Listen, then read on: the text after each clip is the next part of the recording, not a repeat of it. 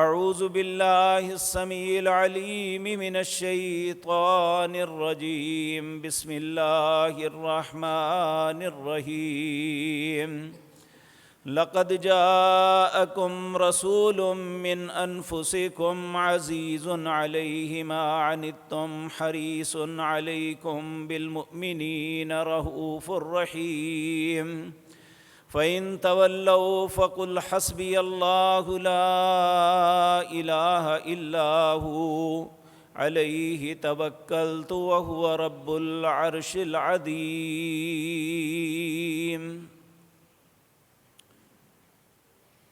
حضرات محترم، یہ ایک فطرتی بات ہے، ہر باشعور انسان اس بات کو جانتا ہے کہ اللہ مالک کا یہ اصول اور قانون کہ هل جزاء الاحسان الا الاحسان، کہ احسان کا بدلہ، خیر کا بدلہ، بھلائی کا بدلہ خیر یا بھلائی کے علاوہ کیا ہو سکتا ہے؟ اور جو انسان کسی کی اچھائی کا بدلہ برائی سے دیتا ہے، دنیا کا کوئی بھی ذی شعور انسان اسے اچھا نہیں سمجھتا۔ میرے عزیز بھائیو، اس کائنات کے اندر اللہ کی ذات کے بعد انسانیت پہ جس شخصیت کے احسانات ہیں، جس کا سب سے زیادہ بھلائی اور خیر ہے، وہ جناب محمد الرسول اللہ کی ذات ہے۔ اللہ رب العزت نے آپ کے متعلق یہ بات فرمائی، النبی اولیٰ بالمؤمنین من انفسہم،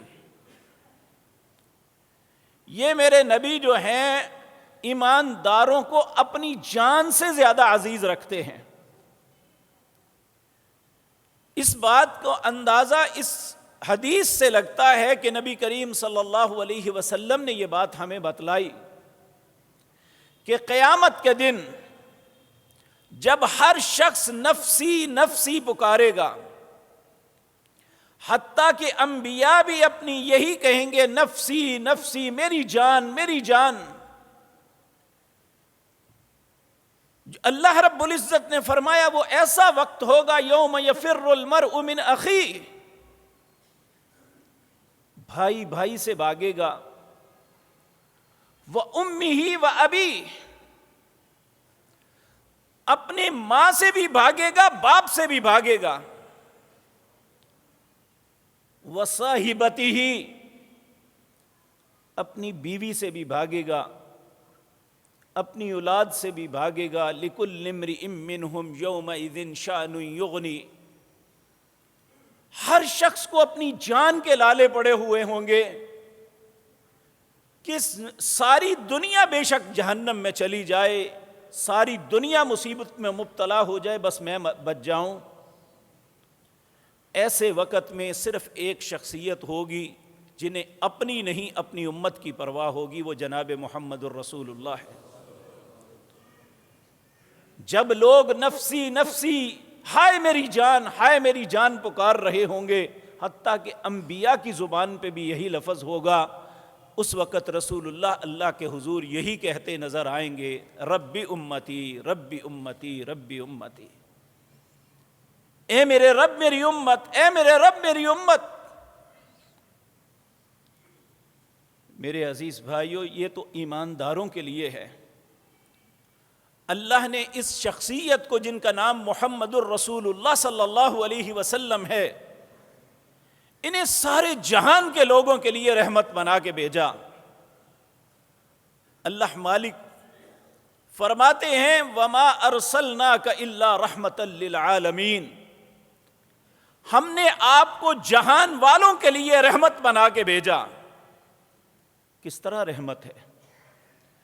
اس کی مثال نبی کریم صلی اللہ علیہ وسلم نے ارشاد فرمائی، آپ نے فرمایا، لوگوں میری مثال تمہارے سامنے یہ ہے کہ ایک شخص آگ کا الاؤ جلاتا ہے، جب آگ جلتی ہے تو چاروں طرف سے پتنگے جو ہیں آتے ہیں، اس آگ میں جل جل کے گرتے ہیں۔ تمہاری مثال بالکل اسی طرح ہے کہ اللہ نے جہنم کی آگ کو جلائی ہے، تم بھاگ بھاگ کے جہنم میں گر رہے ہو، اور میری مثال یہ ہے کہ میں تمہیں کمر سے پکڑ پکڑ کے جہنم سے بچانے کی کوشش کرتا ہوں۔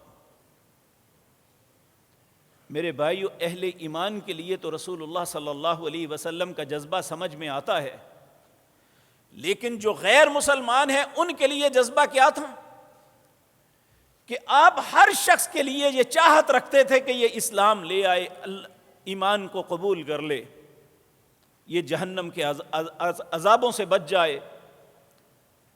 آپ اس بات پہ اتنا شدت سے پریشان بھی ہوتے اور کوشش بھی کرتے کہ اللہ مالک کو یہ کہنا پڑا لست علیہم بمسیطر، اے میرے پاک پیغمبر آپ دروغے نہیں ہیں، وما علینا الا البلاغ، آپ پہ صرف بات پہنچانا فرض ہے، کوئی مانتا ہے تو اپنا فائدہ کرتا ہے، کوئی نہیں مانتا تو اپنا نقصان کرتا ہے، لست علیہم بمسیطر، اے میرے پاک پیغمبر آپ اپنی جان کو ان کے معاملے میں ہلاکت میں نہ ڈالیں۔ آپ کو شدید خواہش تھی کہ یہ سرداران قریش جو ہیں، جن کے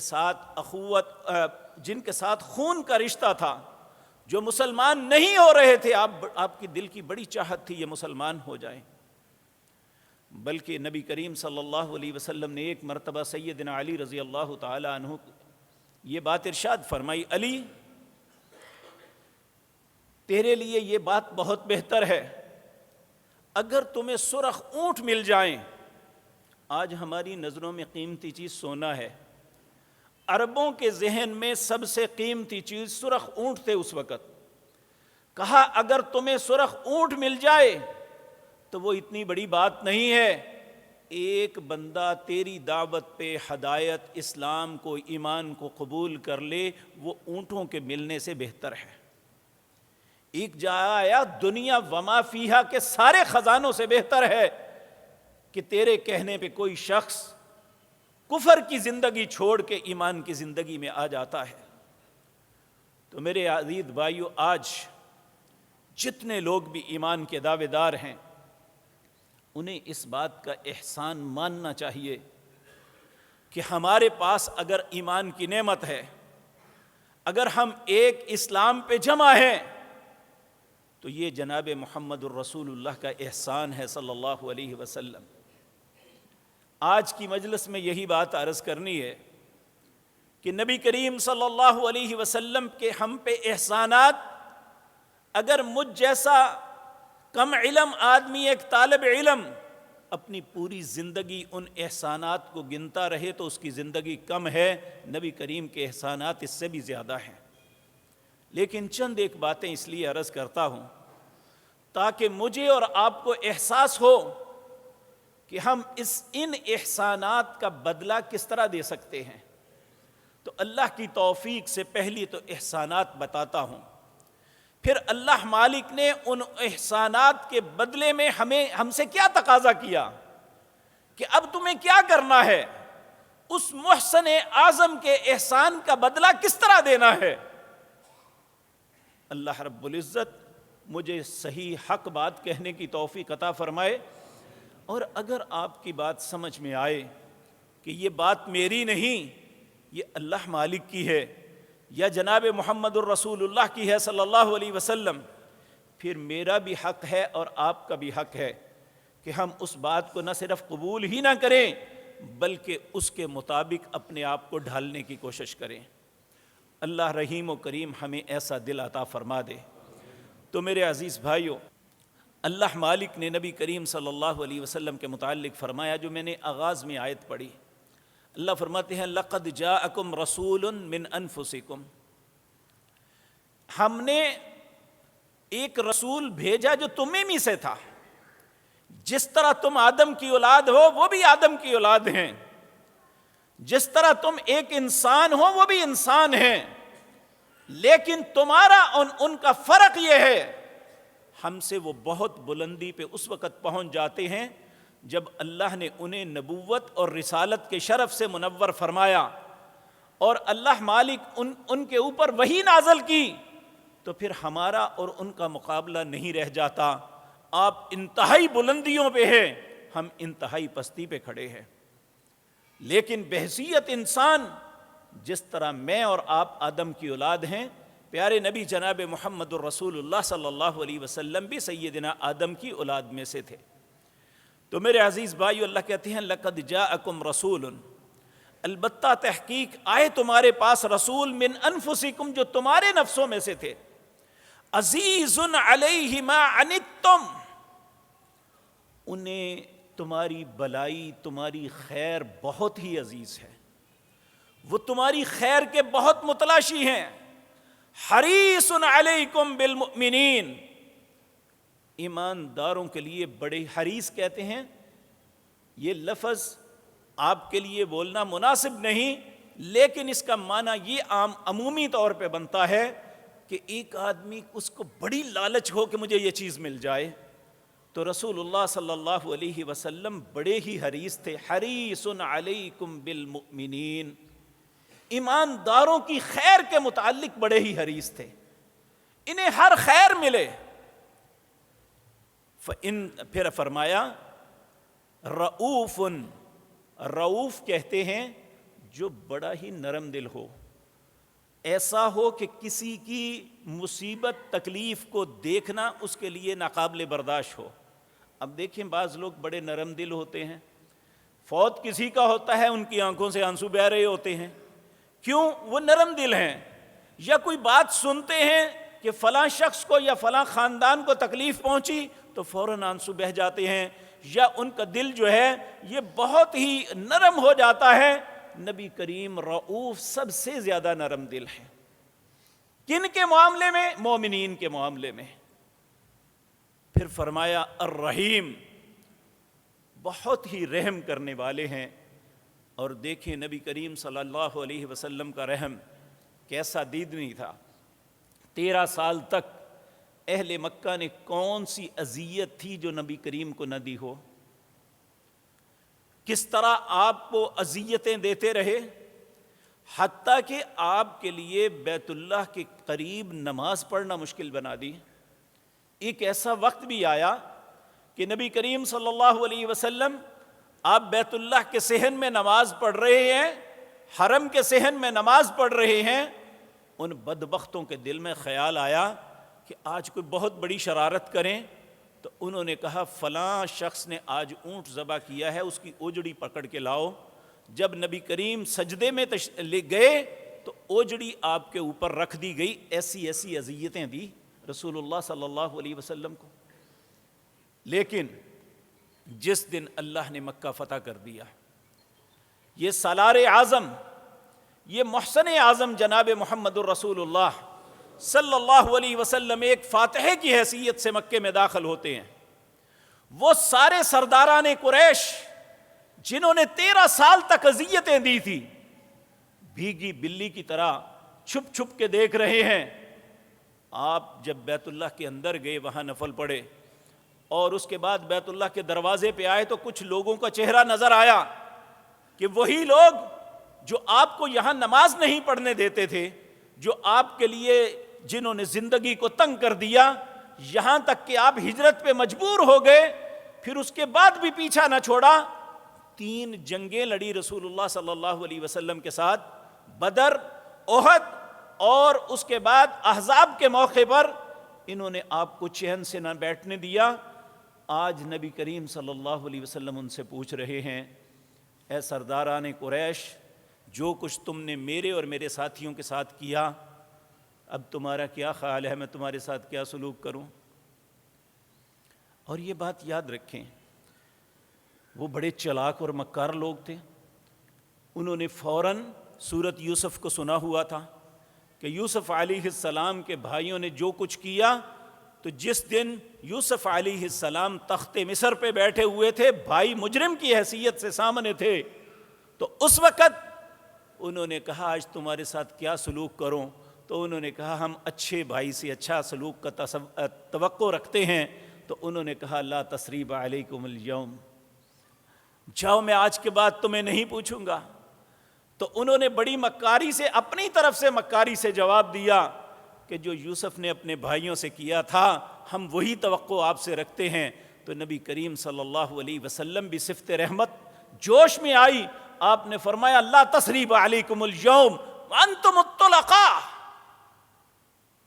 جاؤ آج میں نے تم سب کو معاف کیا، تم سب آزاد ہو، میں کسی کو غلام بھی نہیں بناؤں گا. یہ صفت رحمت تھی جناب محمد الرسول اللہ کی، جو اتنے پیارے نبی ہیں، جو اتنے خیر خواہ ہیں، جو اتنے انسانیت کے ہمدرد ہیں. کیا کسی انسان کا حق ہے کہ آپ کی اطاعت سے منہ موڑے؟ اللہ فرماتے ہیں اگر یہ بات سمجھ آ گئی ہے تو فَإِن تَوَلَّوْا فَقُلْ حَسْبِيَ اللَّهُ، اے میرے پاک پیغمبر اگر پھر بھی آپ کی طرف سے کوئی منہ موڑتا ہے، آپ کی اتباع کی طرف نہیں آتا، تو پھر انہیں کہہ دو حسبی اللہ، مجھے کافی ہے اللہ تعالیٰ، علیہ توکلت وہو رب العرش العظیم، میرا اسی پہ بھروسہ ہے جو عرش عظیم کا رب ہے. یہ تو آپ کو اس وقت حکم ہوا، لیکن یہ بات یاد رکھیں، یہ آیت بڑی خوبصورت ہے. نبی کریم یہ ہر مسلمان کو اپنے پلے باندھ لینی چاہیے. یہ سورۃ توبہ کی آخری آیت ہے. نبی کریم صلی اللہ علیہ وسلم نے ارشاد فرمایا، یہ ضمناً بات عرض کر رہا ہوں، آپ نے فرمایا جو صبح 7 مرتبہ، شام 7 مرتبہ اس آیت کو پڑھ لیتا ہے صحیح عقیدے کے ساتھ، واقعتاً اللہ پہ بھروسہ کرتے ہوئے، حسبی اللہ لا الہ الا ہو علیہ توکلت وہو رب العرش العظیم، اللہ اس بندے کو دنیا اور آخرت میں جتنی پریشانیاں آنی ہیں یا آ گئی ہیں، اللہ سب پریشانیوں سے اسے نجات عطا فرما دیں گے. تو یہ ہمیں اپنے پلے باندھ لینی چاہیے. آج جس مجلس میں خوشی کی ہے یا خدا نخواستہ غمی کی، جہاں بھی مسلمان یا ہم لوگ بیٹھتے ہیں، ہر آدمی اپنی پریشانیوں کو بیان کرتا ہے. حقیقت بات یہ ہے کہ بہت کم ایسا موقع ملتا ہے کہ انسان اپنے اوپر جو انعامات ہیں ان کا تذکرہ کرے. ہمیشہ شکوے کرتے ہی ہم ایک دوسرے کا نظر آتے ہیں، اپنی تکلیفیں بیان کرتے ہی نظر آتے ہیں. تو پیارے نبی جناب محمد الرسول اللہ صلی اللہ علیہ وسلم جو رؤوف اور رحیم ہیں، انہوں نے ہمیں یہ رستہ بتایا. کہا جو شخص 7 مرتبہ صبح اور 7 مرتبہ شام اپنے رب پہ بھروسہ کرتے ہوئے اس آیت کو پڑھ لے گا، حسبی اللہ لا الہ الا ہو علیہ توکلت وہو رب العرش العظیم، تو اللہ مالک اس بندے کو دنیا اور وما فیہا یعنی آخرت میں جتنی پریشانیاں آنے والی ہیں سب سے ان کی حفاظت فرما دے گا. اللہ ہمیں توفیق دے کہ ہم اس پہ بھروسہ کر کے، اپنے رب پہ بھروسہ کر کے ان کو صبح شام پڑھتے رہیں. تو میرے عزیز بھائیو، نبی کریم صلی اللہ علیہ وسلم یہ تھوڑا احسان ہے کہ آپ نہ صرف ایمانداروں پہ بلکہ جو غیر مومن ہیں، غیر مسلمان ہیں، ان کے لیے بھی آپ ہمیشہ خیر کی، اچھائی کی سوچ رکھتے رہے. اگر کسی نے زیادتی بھی کی تو آپ نے درگزر فرمایا اور معاف کر دیا. میرے بھائیو، اس کے بعد سب سے بڑی انسانیت پہ احسان نبی کریم صلی اللہ علیہ وسلم کا یہ ہے کہ جس وقت آپ دنیا میں تشریف لائے تھے، 2 مذاہب دنیا میں ایسے تھے جو اپنے آپ کو آسمانی مذہب کہتے تھے. ایک یہود تھے، ایک عیسائی تھے، اور ان کی کیفیت بھی اپنے رب کے معاملے میں یہ تھی، وقالت الیہود عزیر ابن اللہ، اللہ کا صحیح تصور ان کے ذہن سے محو ہو چکا. وہ کہتے تھے ہمارے عزیر جو ہیں یہ اللہ کے بیٹے ہیں. نعوذ باللہ من ذالک. حالانکہ یہ بات ذہن میں رکھنی چاہیے، اللہ مخلوق نہیں ہے، اللہ رب العزت کسی خواہش کے پابند نہیں ہے. ہماری بے شمار خواہشیں ہوں گی لیکن اللہ رب العزت کی کوئی خواہش نہیں. اللہ الصمد، اللہ بے نیاز ہیں، اللہ ان ساری باتوں سے بے نیاز ہیں. ہم کھائے پیے بغیر نہیں رہ سکتے لیکن اللہ ان باتوں سے بے نیاز ہے. اور اللہ کے متعلق کہا فلا تضربوا للہ الامثال، اللہ کی کوئی مثال نہ بیان کیا کرو کہ اللہ ایسے ہوں گے ایسے ہوں گے. لیس کمثلہ شیء، اللہ کی مثال کوئی ہو ہی نہیں سکتا. اور جو عیسائی تھے ان کا عقیدہ یہ تھا، وہ کہتے تھے وقالت النصارى مسیح ابن اللہ، کہتے تھے مسیح جو ہے یہ اللہ کے بیٹے ہیں. یعنی نعوذ باللہ انہوں نے بھی اللہ رب العزت کے ساتھ شریک بنایا۔ اللہ کا تصور انسانوں میں کسی کے اندر نہیں تھا۔ میں نے پیچھے ایک مجلس میں عرض کیا تھا کہ نبی کریم صلی اللہ علیہ وسلم آپ نے فرمایا جاہلیت کے اندر 2 یا 3 لوگوں کا نام لیا، ایک ورقہ بن نوفل تھے اور ایک حضرت عمر کے چچا زید بن نفیل تھے۔ یہ 2 شخص ایسے تھے جن کے متعلق کہا جاتا تھا کہ انہیں اللہ کا کوئی صحیح تصور تو نہیں تھا، لیکن وہ کہتے تھے کہ جس چیز کی پوجا لوگ کر رہے ہیں یا لوگوں نے جو اللہ کے متعلق تصور بنایا ہوا ہے، کم از کم ہمارا رب ایسا نہیں ہے۔ بلکہ زید بن نفیل سے بعض لوگ پوچھتے تھے او بھائی جس رب کے متلاشی ہو وہ ملا کہ نہیں؟ تو وہ ہمیشہ کہتے نہیں ملا نہیں، لیکن میں جستجو میں ہوں کہ مجھے وہ رب مل جائے۔ لیکن یہ قسمت کی بات ہے۔ نبی کریم نے فرمایا قیامت کے دن اللہ جاہلیت کے اندر اگر کسی کو مسلمان کی حیثیت سے کھڑا کرے گا تو وہ زید بن نفیل یا حضرت ورقہ بن نوفل، یہ ایسے شخص ہیں جو مسلمان کی حیثیت سے کھڑے ہو سکتے ہیں۔ ایسے وقت میں جب اللہ کا تصور لوگوں کے ذہن میں مٹ چکا تھا، کوئی شخص اپنے رب کو حقیقی حیثیت سے جانتا ہی نہیں تھا، اس وقت انسانیت کو نبی کریم صلی اللہ علیہ وسلم نے اپنے رب کی پہچان کروائی کہ تمہارا رب ہے کون، تمہارے رب کی صفات کیا ہیں، تمہارا رب کیسا ہے۔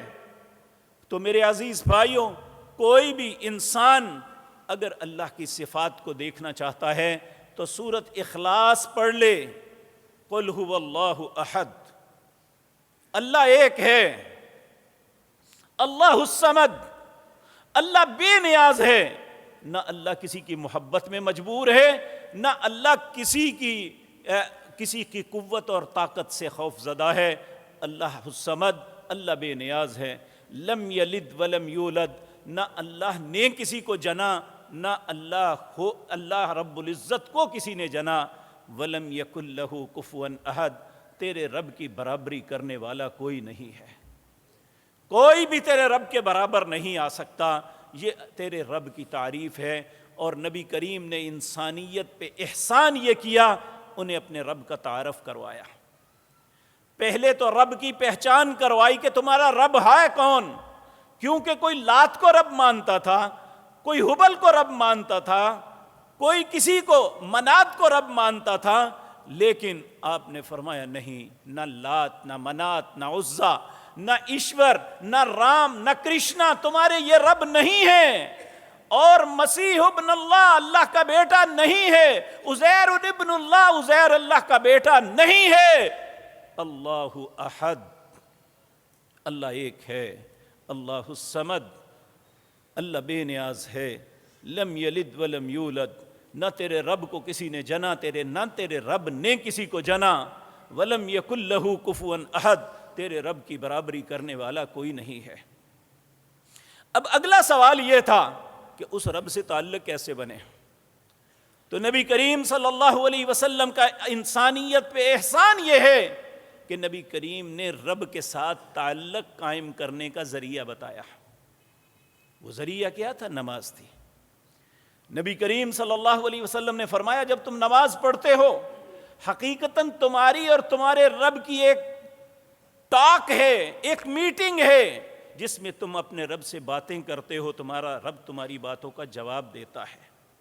ابو داود میں روایت ہے، حضرت ابو ہریرہ اس حدیث کے راوی ہیں، نبی مکرم جناب محمد الرسول اللہ صلی اللہ علیہ وسلم نے ارشاد فرمایا قسمت الصلاۃ بینی و بین عبدی، لوگوں نماز اللہ اور بندے کے درمیان ایک تقسیم کا نام ہے۔ اذا قال العبد الحمد للہ رب العالمین، جب بندہ کہتا ہے تمام تعریفیں اللہ کے لیے ہیں جو دونوں جہانوں کا رب ہے، اللہ اس کی بات کا جواب دیتے ہیں۔ فقال اللہ عز وجل حمدنی عبدی، اللہ فرماتے ہیں میرا بندہ میری حمد بیان کر رہا ہے، تعریف کر رہا ہے۔ جب بندہ کہتا ہے الرحمن الرحیم، اے اللہ تو رحمان و رحیم ہے، بڑا ہی رحم کرنے والا مہربان ہے، اللہ فرماتے ہیں فقال اللہ عز وجل اثنى علی عبدی، میرے بندے نے میری ثنا بیان کی۔ جب بندہ کہتا ہے مالک یوم الدین، اے اللہ تو قیامت کے دن کا مالک ہے، فقال اللہ عز وجل، اللہ رب العزت فرماتے ہیں مجدنی عبدی، میرے بندے نے میری بزرگی کا اظہار کیا ہے۔ جب بندہ دو باتوں کا یقین دلاتا ہے، ایاک نعبد و ایاک نستعین، اے اللہ میں صرف تیری عبادت کرتا ہوں، تیرے علاوہ کسی کی عبادت نہیں کرتا، وَإِيَّاكَ نَسْتَعِينُ، مدد بھی صرف تجھ سے مانگتا ہوں، تیرے علاوہ کسی کو مددگار نہیں سمجھتا۔ تو اللہ رب العزت آگے سے جواب دیتے ہیں ہَذَا بَيْنِي وَبَيْنَ عَبْدِي نِصْفَيْنِ، یہ میرے اور بندے کے درمیان آدھی آدھی بات تھی، میرا بندہ بات کرتا تھا، میں اس کی بات کا جواب دیتا تھا۔ اب اللہ خود اپنے بندے سے کہتے ہیں اے میرے بندے مانگ مجھ سے، کیا مانگتا ہے میں تمہیں عطا کروں۔ اب بندہ کیا مانگتا ہے؟ اس وقت جب اللہ خود کہہ رہے ہیں مجھ سے مانگو، تو اس وقت انسان پیسہ نہیں مانگتا، اولاد نہیں مانگتا، دنیا کی شہرت نہیں مانگتا، کسی منصب کو نہیں مانگتا، بلکہ کہتا کیا ہے اہدنا الصراط المستقیم، اللہ مجھے سیدھے رستے پہ گامزن کر دے۔ کیونکہ دنیا کی سب سے قیمتی چیز یہ ہے، اگر کسی کے پاس مال ہے تو اللہ اور دے، یہ اس کی سہولت کے لیے ہے، اگر کسی کے پاس منصب ہے یہ اس کے فائدے کے لیے ہے، لیکن جو ہدایت ہے اس کی دنیا اور آخرت کی کامیابی کے لیے ہے۔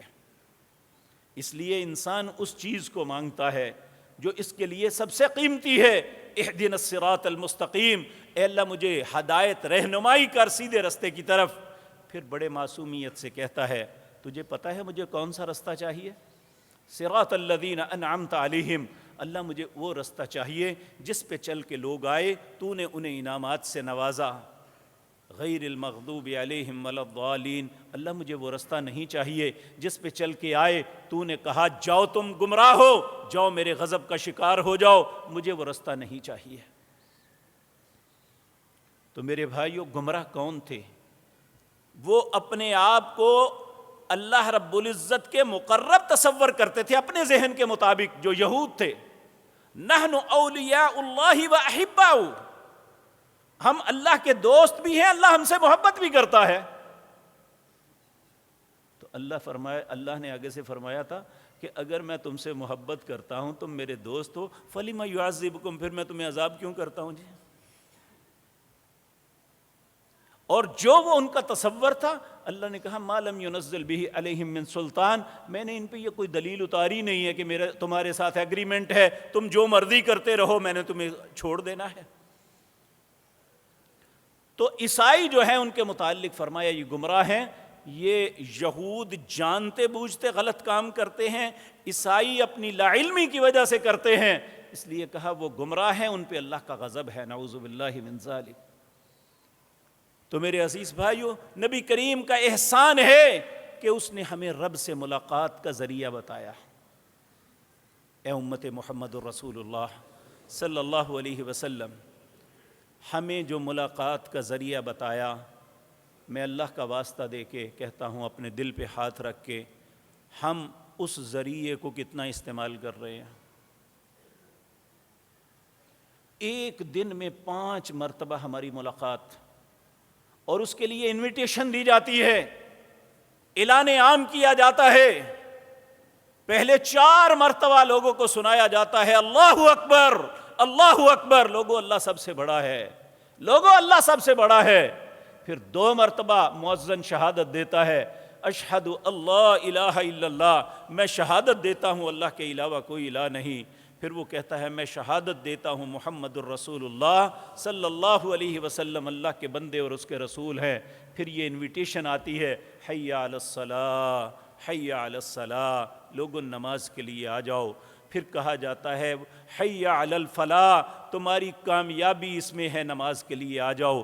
نبی کریم صلی اللہ علیہ وسلم نے فرمایا جس کی کان نے یہ انویٹیشن سنی کہ اس کے کان میں یہ بات پڑی حی علی الصلاح، لوگوں نماز کے لیے آ جاؤ، حی علی الفلاح، تمہاری کامیابی اس میں ہے، آ جاؤ، اگر وہ نہیں اٹھ کے جاتا، نہ اسے کامیابی ملے گی، نہ دنیا میں اس سے کسی کو فلاح ملے گی۔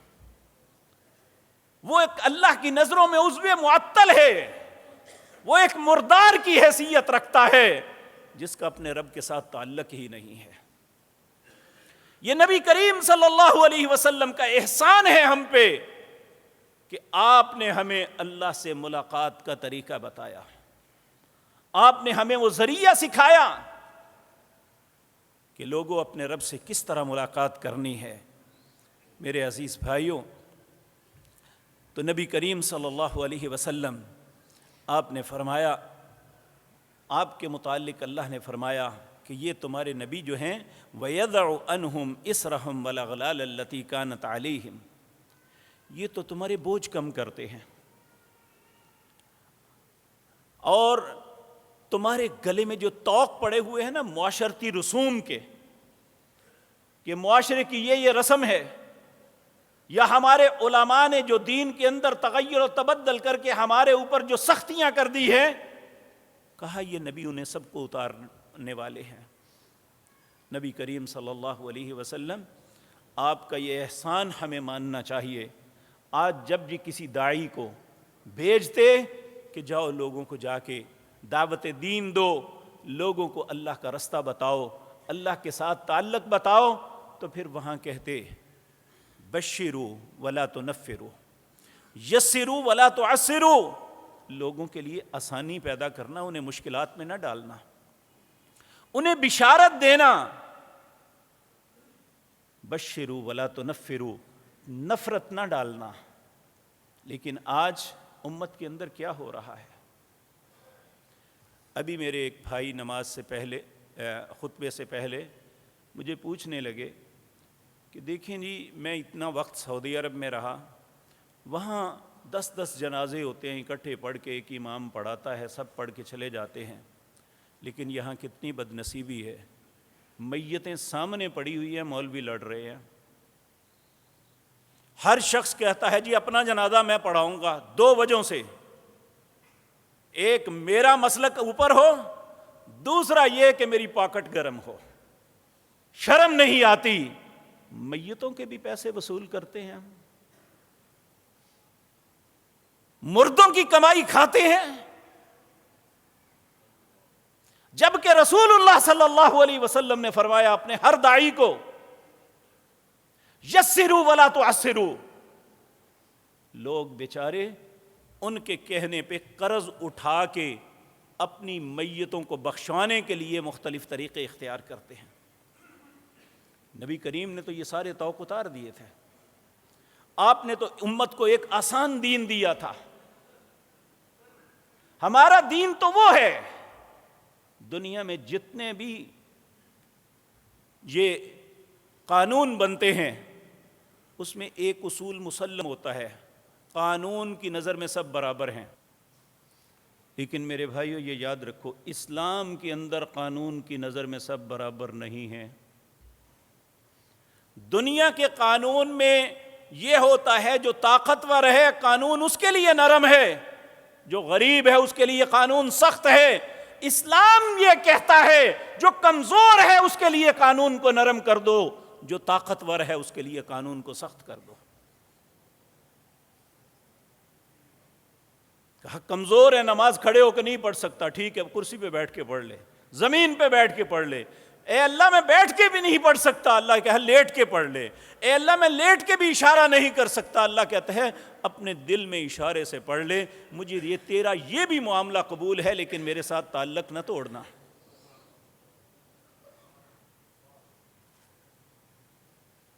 ایک آدمی کے پاس مال ہے، اسے کہا غریبوں کا حق دو، ایک ہے ہی غریب، اس سے کیا مانگنا؟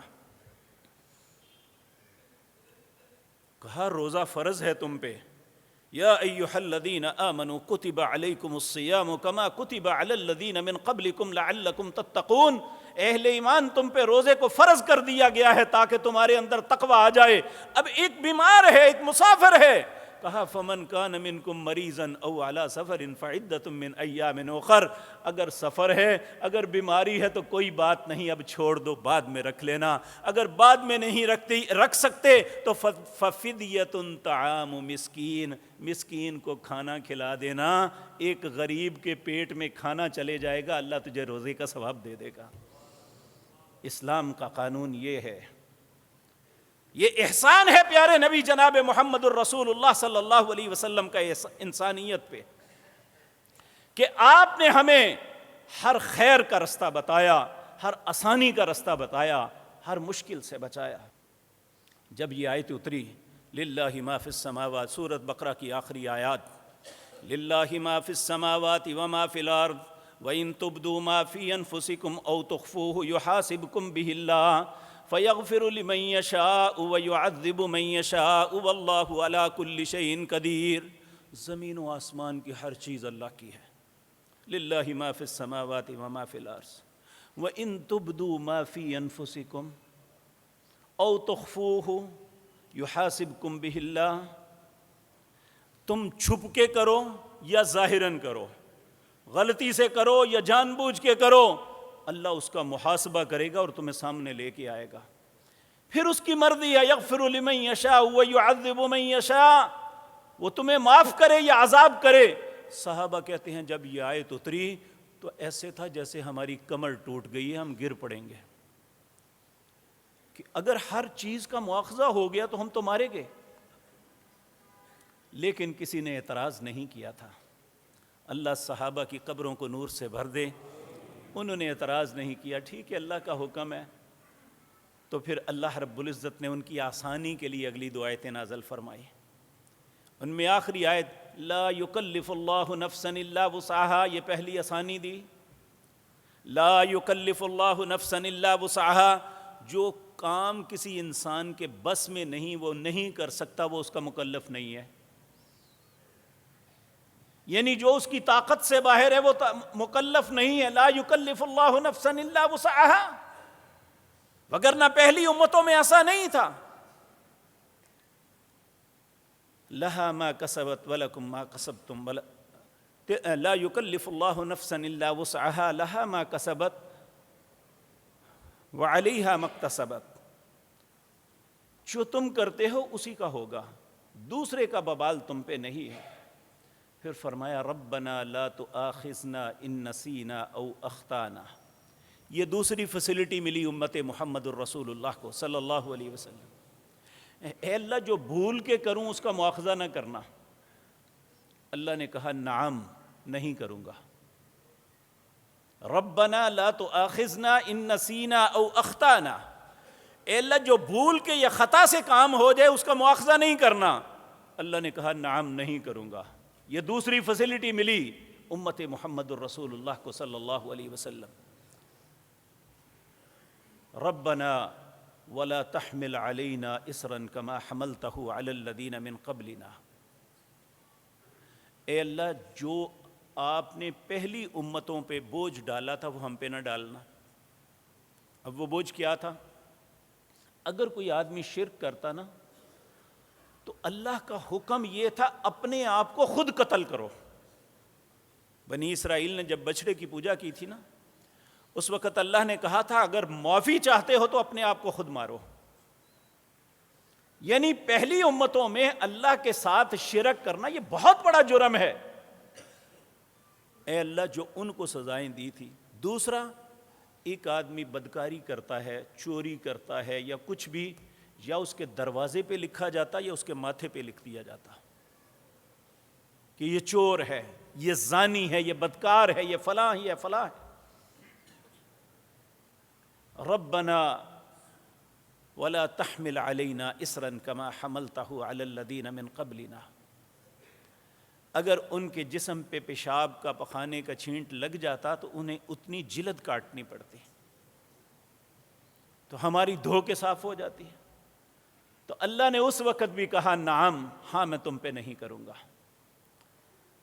ربنا ولا تحملنا ما لا طاقت لنا به، اے اللہ جو میرے بس میں نہیں ہے نا، یا جس کی میں طاقت نہیں رکھتا، اے اللہ اس کا مواخذہ بھی نہ کرنا۔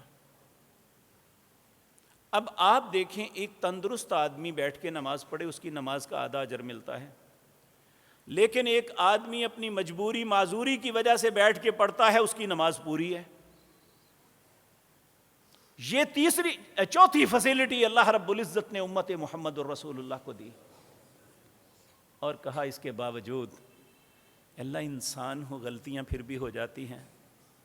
واعف عنا واغفر لنا وارحمنا، اللہ مجھے معاف کر دینا،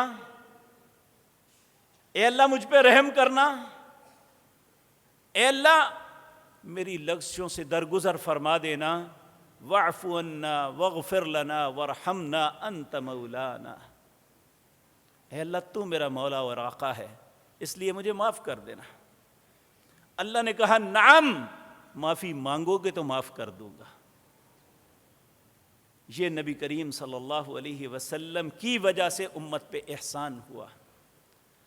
احسان تو اتنے ہیں، جس طرح میں نے آغاز میں عرض کیا تھا، ساری زندگی بھی لگا رہوں تو مجھ جیسا انسان نبی کریم کے احسانات کو گن ہی نہیں سکتا. اب سوال یہ پیدا ہوتا ہے، جس پاک پیغمبر نے اتنا کچھ ہمارے لیے کیا، ہمیں بدلے میں کیا حکم ہے؟ یہ سورۃ اعراف ہے، اس کی آیت نمبر 157 ہے، لمبی آیت. اللہ رب العزت فرماتے ہیں الذین یتبعون الرسول النبی الامی الذی یجدونہ مکتوبا عندہم فی التوراۃ والانجیل یأمرہم بالمعروف وینہاہم عن المنکر ویحل لہم الطیبات ویحرم علیہم الخبائث ویضع عنہم اسرہم والاغلال التي كانت علیہم فالذین آمنوا به وعزروه ونصروه واتبعوا النور الذي انزل معه اولئک هم المفلحون.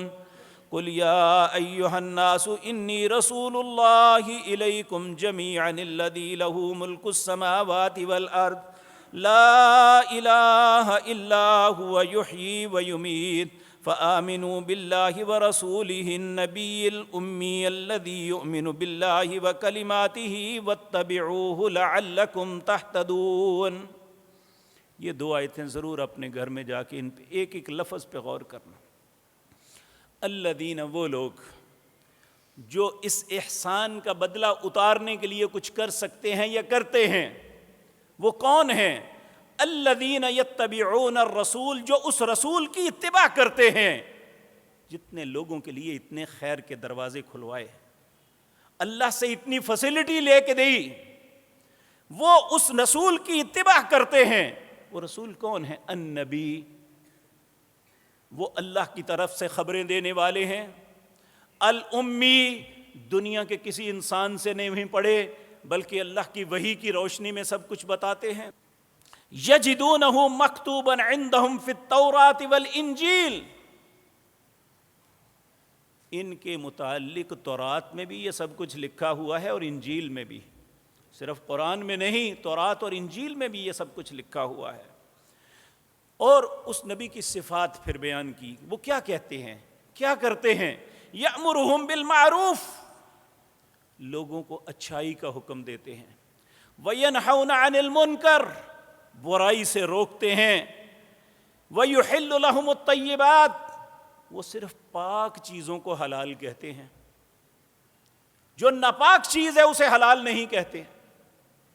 جبکہ پہلے امتوں کے علماء نے بے شمار حرام کردہ چیزوں کو حلال کیا تھا، اور آج بھی بدقسمتی سے بعض علماء ایسا کردار ادا کر رہے ہیں. وَيُحِلُّ لَهُمُ الطَّيِّبَاتِ، پاکیزہ چیزوں کو حلال کرتے ہیں. وَيُحَرِّمُ عَلَيْهِمُ الْخَبَائِثَ، اور خبیث پلید چیزوں کو وہ حرام کرتے ہیں. وَيَضَعُ عَنْهُمْ إِسْرَهُمْ، وہ لوگوں کے بوجھ اتارنے کے لیے آئے تھے. وَالْأَغْلَالَ الَّتِي كَانَتْ عَلَيْهِمْ، جو معاشرتی رسوم اپنے گلے کا طوق بنائی ہوئی تھی آپ نے سب اتار دی. اللہ اکبر. اب تمہارا حق کیا ہے اہل ایمان؟ فَالَّذِينَ آمَنُوا بِهِ، تمہیں چاہیے کہ اس نبی پہ ایمان لاؤ. وَعَزَّرُوهُ، اس نبی کی عزت کرو. وَنَصَرُوهُ، اس کے دین کے معاملے میں اس کی مدد کرو. وَاتَّبَعُوا النُّورَ الَّذِي أُنزِلَ مَعَهُ، اور اس نور کی اتباع کرو جو اللہ نے ان کے اوپر نازل کیا، اس کا نام قرآن ہے. کسی مولوی پیر فقیر کی کتاب کو ماننا دین نہیں، دین ہے قرآن اور محمد الرسول اللہ کا فرمان صلی اللہ علیہ وسلم. وَاتَّبَعُوا النُّورَ الَّذِي أُنزِلَ مَعَهُ، جو شخص یہ کام کر لے گا اللہ کہتا ہے اولئک هم المفلحون، وہ کامیاب ہو گیا۔ پھر اللہ دنیا جہان کے لوگوں کو ایک دعوت دیتے ہیں، قل اے پیغمبر فرما دیجئے یا ایھا الناس، اے دنیا جہان کے لوگو، انی رسول اللہ الیکم جمیعا، میں تم سب کی طرف اللہ کا رسول بنا کے بھیجے گیا ہوں، الیکم جمیعا، سب کی طرف۔ الذی، اللہ کون ہے؟ لہ ملک السماوات والارض، زمین و آسمان میں جس کی بادشاہت ہے۔ لا الہ الا ہو، اس کے علاوہ تمہارا کوئی الہ نہیں۔ یحیی و یمیت، تمہاری زندگی اور موت کا مالک وہ ہے۔ فآمنوا باللہ ورسولہ، اس لیے تم اللہ اور اس کے رسول کی باتوں کو مان لو۔ النبی الامی، رسول کون سے؟ جو نبی اور امی ہے۔ الذی یؤمن باللہ، جو خود بھی اللہ کی ہر بات کو مانتے ہیں۔ وکلماتہ، اور اللہ کے ہر حکم کی تعمیل کرتے ہیں۔ واتبعوا، اس نبی کی اتباع کرو۔ لعلکم تہتدون، تاکہ تم بھی ہدایت یافتہ لوگوں میں آ جاؤ۔ تو میرے عزیز بھائیوں، نبی کریم صلی اللہ علیہ وسلم کے احسانات کا تقاضا یہ ہے کہ ہم اتباع صرف رسول اللہ صلی اللہ علیہ وسلم کی کریں۔ اسی میں ہماری دنیا کی زندگی میں ہماری عزت اور شرف ہے، اور آخرت کی کامیابی بھی ہماری رسول اللہ صلی اللہ علیہ وسلم کی اتباع میں منسلک ہے۔ اللہ ہم سب کو آپ کی اطاعت پہ زندہ رکھے اور اسی پہ موت نصیب فرمائے۔ اقول قولی ھذا۔